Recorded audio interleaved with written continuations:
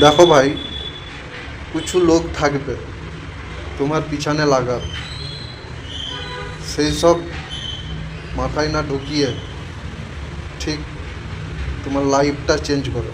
ঠিক আছে?